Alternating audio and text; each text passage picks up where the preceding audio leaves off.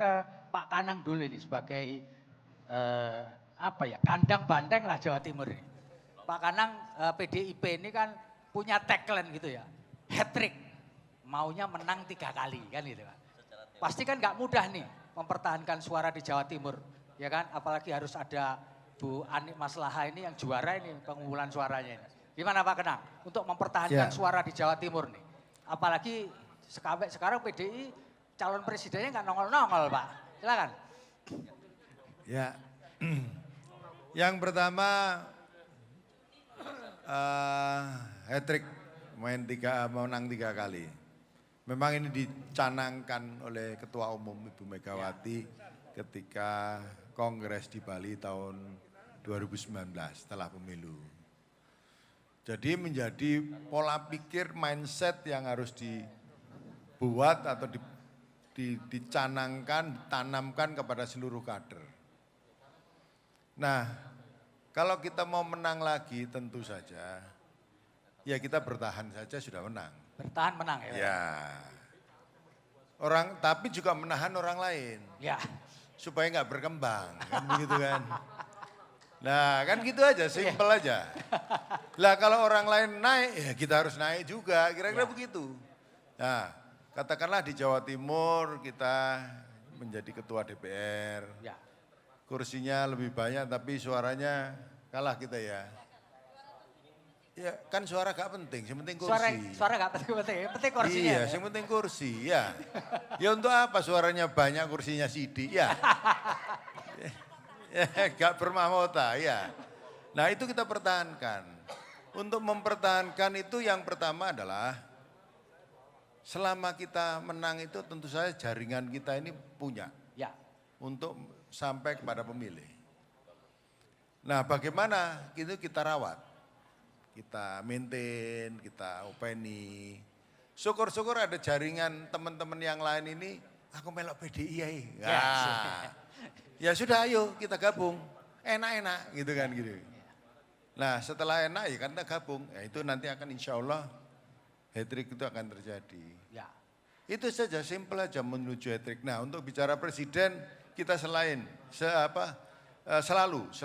bermain di injury time. Oh injury time ya? Iya. Supaya kan digebukin lebih dulu gitu Pak ya? Biarin saja. Kalau tiba-tiba nongol layu sebelum berkembang. Gitu. Belum main udah digebukin, kira-kira gitu ya? Dulu Pak Jokowi juga demikian. Iya. Pak Jokowi juga demikian. Di injury time. Ya, di injury time. Pak Prabowo sudah main, sudah katakanlah gobios lah gitu ya. Gobios, staminanya habis, kita muncul gitu. Itu selalu seperti itu dan insya Allah ini juga mudah-mudahan enggak akan meleset dari apa yang selama ini ada. Laki apa perempuan sih Pak? Barangkali ada bocorannya kan. Nama gak penting menurut saya. Ketutup, laki atau Pak. Perempuan gitu loh. Masih pakai baju. Oh pakai baju. Nah, kalau sudah bugil lah saya tahu kelaminnya laki apa perempuan. Gitu. Jadi gak bisa bocor juga Pak. Gak bocor, blas. Bocor halus saja enggak ini. Yes, kenceng ini. Iya. Itulah kira-kira. Ya, terima kasih. Saya mau ke Bu Ani Maslahah dulu ini. Sebagai pemenang suara terbanyak di Jatim. Muncul ini spanduk, banyak sekali nih ketum PKB, Caimin ini disebut-sebut lah punya kans menjadi pemimpin nasional. Kira-kira apa yang diharapkan dari PKB dengan memunculkan sosok Caimin? Apakah dia juga akan memberikan efek ekor jas, Bu Ani, di Jawa Timur untuk jadi tadi bertahan itu di Jawa Timur, Bu Ani? Silakan Bu. Ya, terima kasih. Pertama pastinya bahwa ketika kita ingin berjuang yang lebih maksimal, maka kita harus jadi decision maker, kira-kira begitu. Gitu ya. Bagi PKB, politik itu ibadah. Gitu PKB berkah, kira-kira kayak gitulah ya. Maka kita bila ingin mendapatkan keberkahan, maka ikutlah politik ke PKB, kira-kira kayak begitu. Mantap ya. Yang kedua, So pasti bahwa kotel efek itu akan berpengaruh kepada elektoral partai. Ya. Karenanya ketika muktamar di Bali tahun 2015, kita 34 provinsi sepakat bahwa ketua umum kita adalah calon presiden. Ya. Harga mati PKB tidak akan mengusung calon lain. Yang diusung adalah ketua umum. Jadi kayak NKRI gitu ya, harga mati. Gak bisa ditawar? Tidak bisa ditawar. Ini sebelahnya ada Gerindra loh Bu, sudah kadung bikin persoalan apakah di presiden atau wakil presiden itu urusan kamarnya ketum kira-kira kayak gitulah. Ya. Tetapi keinginan seluruh kader Indonesia, ketum adalah calon presiden. Ini kan keinginan kader. Ya. Tapi decision makernya adalah ketum, kan begitu. Yang ketiga, fakta di Jawa Timur karena memang basis PKB saya mengakui adalah di Jawa Timur, kotel efek itu sangat terasa. Ya. Maka kami punya tagline. Apa itu tagline-nya Bu? Mari Bung rebut kembali. Gitu ya. Ayo halo Bandung ya. Iya betul, sejarah era 2019 hingga saat ini reformasi, PKB kalah sekali. Kalah sekali di ya? Tahun 2009. 2019 ya. Kita menang tetapi tidak bermahkota katanya tadi. Ya. Maka disinilah kita harus bisa melakukan tagline yang kedua, metal. Menang total. Oh, saya kira menek talang Bu ya. Bagaimana suara ini menjadi kursi kira-kira ya. Dan kita tentu punya strategi yang lebih sniper lah ya, bukan Rambo ya.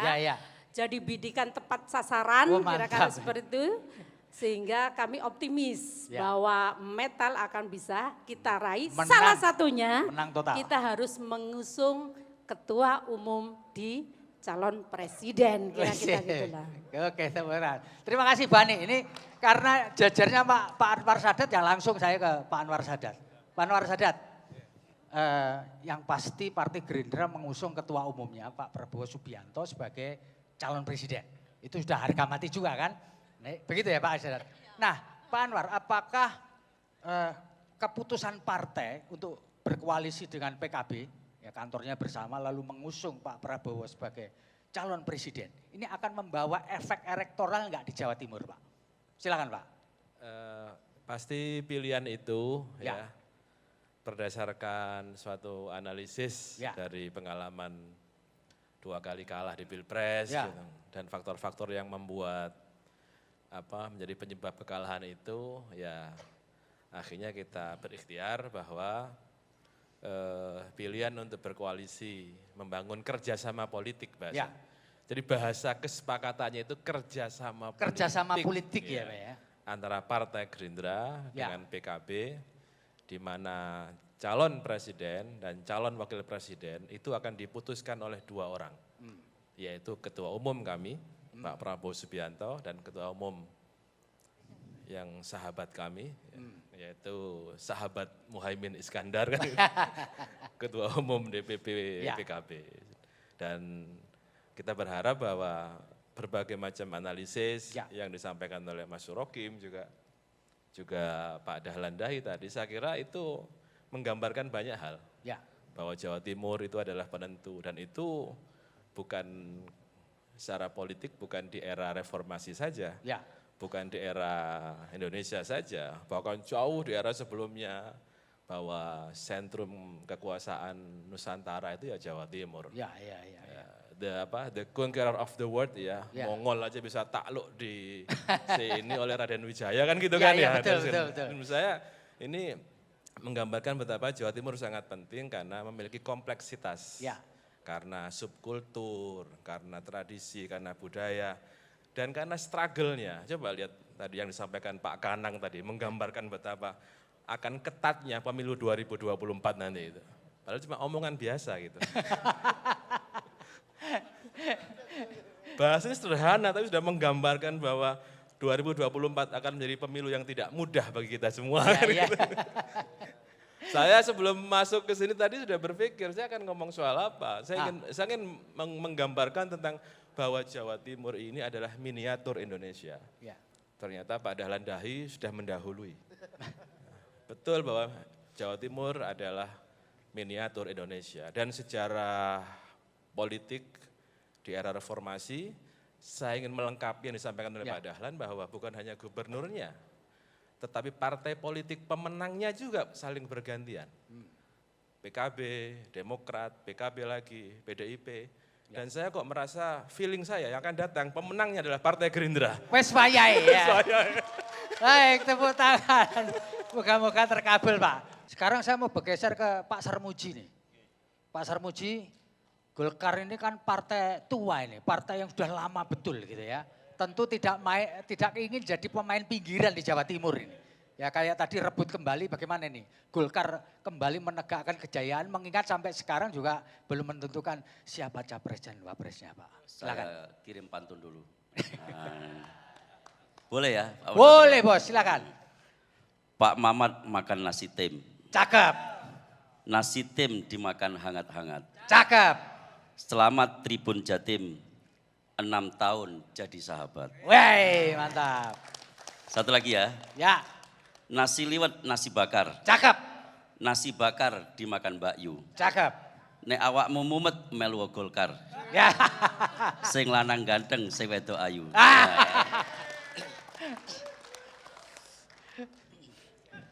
Baik, saya menjawab pertanyaan moderator. Ya.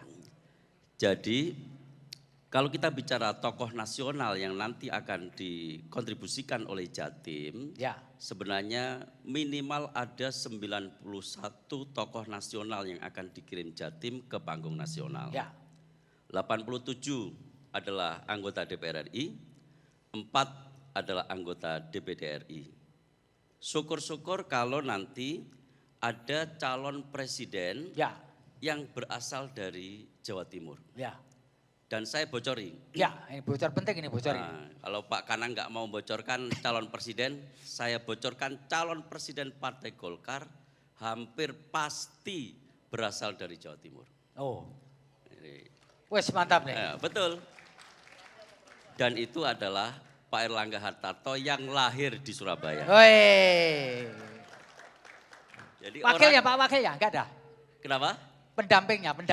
Pendampingnya syukur-syukur juga bisa dari Jawa Timur. Oh gitu. Nah, jadi Seperti bisa, yang di spanduk-spanduk gede gitu seperti ya. yang di spanduk-spanduk itu kira-kira Ya, itu. ya, ya. Sebagai warga Jawa Timur kewajiban saya untuk mengusung kader terbaik Jawa Timur masuk ke panggung nasional. Ya. Dan itu salah satunya adalah Pak Erlangga Hartarto. Ya. Nah, itu yang pertama. Yang kedua, kalau berbicara tentang Jawa Timur, khusus Jawa Timur, bagaimana prospek Golkar di Jawa Timur? Tadi kan apakah Golkar akan menjadi pemain pinggiran saja, apakah mau masuk ke tengah? Ya. Kalau berdasarkan genealogi politik, sebenarnya nggak ada prospek Golkar di Jawa Timur. Terus terang saja, kalau genealogi politik yang menjadi dasarnya, pemenangnya sudah pasti. Kalau nggak PDI, PKB. Kalau nggak PDI, PKB. Karena kalau kita tarik gen politik, misalkan gen politik yang paling genuine tahun 55, kita sudah bisa tahu.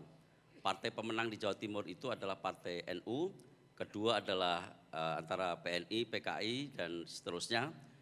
Golkar, kalau kita bicara Golkar pasca reformasi, kita telusuri basis-basis Golkar di mana? Basis Golkar itu ada di basis-basis Masumi, Sumatera, Jawa Barat, Sulawesi Timur, Sulawesi Selatan, Kalimantan Timur, dan sebagainya. Jawa Timur terus terang secara genealogi politik bukan habitat Partai Golkar. Tetapi ada peluang baru yang tidak terperkirakan sebelumnya. Apa itu? Kemajuan informasi dan teknologi, dan yang kedua adalah munculnya pemilih milenial yang mendominasi pada pemilu 2019 dan pemilu 2024. Persentase pemilih milenial, dan itu adalah mereka yang sangat adaptif pada informasi dan teknologi, adalah sasar yang bisa diakses oleh partai siapa saja. Dan Golkar mempersiapkan perangkat untuk menjangkau pemilih milenial, generasi Z dan kaum milenial untuk bisa masuk ke dalam Partai Golkar. Jadi dengan cara itu insya Allah di 2024 Golkar tidak akan menjadi pemain pinggiran lagi di Jawa Timur. Iya. Nah, kira-kira itu. Pak Sarmuji, kan tadi kalau PKB untuk menarik pemilih milenial kan caleg-calegnya itu dipilih, dipreferensikan orang-orang muda gitu ya. Dilakukan juga nggak seperti itu di Golkar, Pak? Kita bukan hanya bermain di ujung permainan. Ya. Kita tidak bermain hanya pada saat pencalekan. Ya. Tetapi kita buka ruang yang sangat terbuka dalam proses politik. Mulai awal kita memimpin, kita fasilitasi anak-anak muda untuk menjadi pemain di Partai Golkar. Ada dua sebenarnya titik tekan kita. Pertama, Partai Golkar Jawa Timur mempersiapkan sebagai sarana untuk menjawab aspirasi anak muda. Kira-kira aspirasi anak muda itu apa sih? Ya. Aspirasi anak muda itu adalah terjaminnya peluang kerja. Ya, betul, Pak. Terjaminnya pendidikan yang bisa diakses dengan harga yang baik. Ya. Atau aspirasi-aspirasi pribadi mereka. Ya. Yang kedua adalah apa yang menjadi habit mereka. Apa yang menjadi interest dan need mereka. Itu yang kita jawab. Dua hal itu kalau kita jawab mudah-mudahan sebagian, syukur-syukur sebagian besar anak-anak muda, generasi milenial dan generasi Z bisa tertransformasi ke Partai Golkar. Dan mereka adalah orang atau anak-anak yang bias ideologinya sangat tipis. Gitu ya. Mereka adalah orang-orang yang sebenarnya dari sisi genealogi politik terputus dari generasi sebelumnya akibat kemajuan informasi dan teknologi. Karena itu sekali lagi kita mau persiapkan perangkat yang sangat baik untuk bisa menjangkau mereka. Begitu itu ya Pak Sarmuji. Siap, kita siap, geser ke siap. Nasdem ini. Tak tolong untuk Nasdem karena satu-satunya partai yang sudah punya calon presiden nih Pak. Bakal calon sih. Pak, bakal calon presidennya Nasdem ini kan Pak Anies Baswedan ini. Tentu kepinginnya akan dapat efek ekor jas gitulah, terutama di Jawa Timur. Pak bisa dijelaskan Pak Aminur Rahman ini sebagai sekretaris DPW.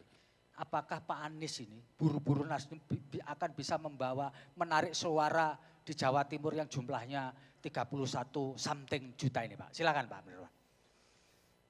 Terima kasih Pak Dalang. Sebelumnya saya ucapkan selamat ulang tahun pada Tribun Network Jatim yang hari ini menginisiasi gagasan forum ini luar biasa. Kami apresiasi. Tepuk tangan untuk Net Tribun. Iya, tepuk tangan buat kita. Saya ingin merespon dari Pak Dalang. Yang pertama, Nasdem ini memang kategori partai baru ya. Usianya baru 11 tahun dengan rekan-rekan partai di samping saya ini sudah kita ini mungkin masih balita. Ya. Tapi bukan berarti balita yang dalam konstelasi politik ini kita belum punya ide gagasan. Maka Nasdem sebagai partai baru yang menyajikan tagline-nya adalah Gerakan Perubahan Restorasi Indonesia. Disitulah adalah tema baru yang kita usung sebagai partai baru tentu punya cara baru dalam berpartai. Kalau hari ini Nasdem sudah mendeklarasikan seorang calon presiden yang mungkin banyak pihak menilai kenapa sih nggak kadernya sendiri. Ya, gitu. Ya penting itu Pak. Kok justru orang lain. Saya harus menarik ke belakang dulu bahwa Pak Anies Baswedan ini adalah seorang membaca deklarator Ormas Nasional Demokrat. Dia yang membaca gagasan restorasi pada tahun 2010. Sehingga kalau hari ini Ketua Umum Partai Nasdem mengumumkan bahwa Pak Anies Baswedan itu menjadi calon presiden, saya kira ini benang merahnya nggak putus. Oke. Ada. Tapi mekanisme itu dilakukan melalui mekanisme partai. Hasil rapat kerja nasional yang dilakukan setahun yang lalu, 2022. Ada 3 nama di situ memang yang disepakati oleh seluruh kader Nasdem seluruh Indonesia. Ada Pak Ganjar, ada Pak Anies, dan ada Pak Andika. Keputusan Rakernas itu menyerahkan penuh, mandat penuh kepada Ketua Umum untuk memilih di antara 3 ini. Karena 3-3-nya ini baik. Tentu Ketua Umum memutuskan Pak Anies, itu semua kader Partai Nasdem seluruh Indonesia sudah berkomitmen. Kita satu komando dengan Ketua Umum Bapak Haji Surya Paloh. Kalau tadi Pak, nanti munculnya sosok Pak Anies itu buat Nasdem di Jawa Timur bisa membawa efek elektoral enggak Pak di Jawa Timur? Harapan Nasdem ke depan dengan munculnya sosok calon presiden yang sudah dideklarasikan Pak Anies, kita ingin mendapatkan manfaat elektoral dari situ. Karena bagaimanapun juga politik ini tidak bisa dilepaskan dari persepsi publik. Dan hari ini kita juga telah membaca hasil pollingnya Kompas. Ya betul, survei Kompas. Nah, ternyata di situ ada dampak yang terasa bagi Nasdem langsung atau tidak. Ya, dampak elektoral itu ada. Memberikan kontribusi yang cukup menggembirakan bagi Nasdem. Jadi mau diakui atau tidak efek elektoralnya ada ya Pak? Ada. Dan itu juga membawa nilai positif buat Nasdem Partai Nasdem terutama di Jawa Timur.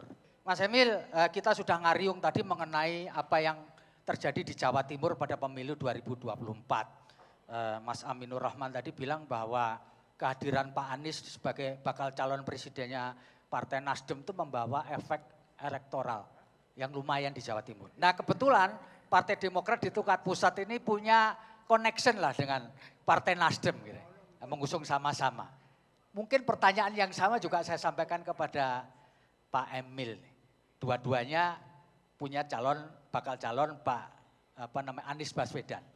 Nah tadi sudah disebutkan bahwa Pak Anies akan membawa efek elektoral buat Nasdem. Nah buat Partai Demokrat kira-kira punya efek elektoral enggak Mas Emil? Silakan Mas.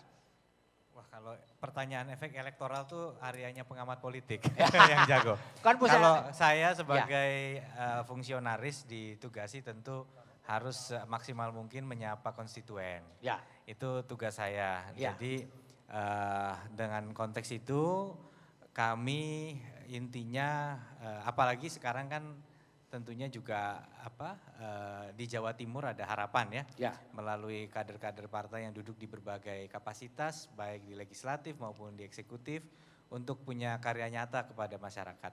Kayaknya kalau ngomong elektoral akan walaupun tentunya keputusan strategis di tingkat nasional akan mempengaruhi linearitas psikologis, tapi kadang pemilih itu juga memilah juga. Nah jadi ada yang linier, ada yang dipilah, tapi rumusnya sama.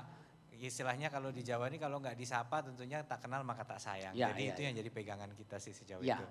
Ya. Sama satu lagi izin Pak Kang Febi. Ya saya tadinya nyambung harusnya lewat ini Zoom. Nggak berani saya. Karena beliau semua nih senior-senior. Nggak sopan kalau saya nggak datang langsung. Apalagi ada Bakung ini. Dulu saya Bupati Trenggalek, beliau udah periode 2 Bupati Ngawi gitu kan. Ini semua senior-senior ya. Ada Ketua KPU juga luar biasa. Jadi hadirnya saya di sini ingin juga ini jadi momentum bahwa kita semua ini satu keluarga besar di Jawa Timur. Kita kompak apapun warnanya, 2024 Jawa Timur harus tetap kondusif, aman dan guyup sama-sama. Masih. Ya Mas Emil, satu lagi nih. Kira-kira targetnya Partai Demokrat, kita kan biasanya tadi disampaikan oleh pengamat politik kita kalau enggak PKB ya PDI, PKB, PDI demikian Pak Sarmuji. Kira-kira Partai Demokrat di tahun 2024 nanti kepingin di ranking berapa Mas Emil? Udah ada arahan dari Ketum, arahannya memang kita berharap hari esok lebih baik dari hari ini. Kita hari ini sebenarnya sudah cukup baik positioningnya dalam konteks sama-sama kita bisa menjadi pilar di Indrapura, tetapi harapannya naik. Jadi kalau diestimasi kan misalnya berada, mungkin kalau nggak full 20% bisa 15 kira-kira gitu. Itu arahan yang diberikan oleh Ketum kira-kira gitu. 15 Jadi 15 tuh naik dikit dari apa yang sudah dicapai sekarang.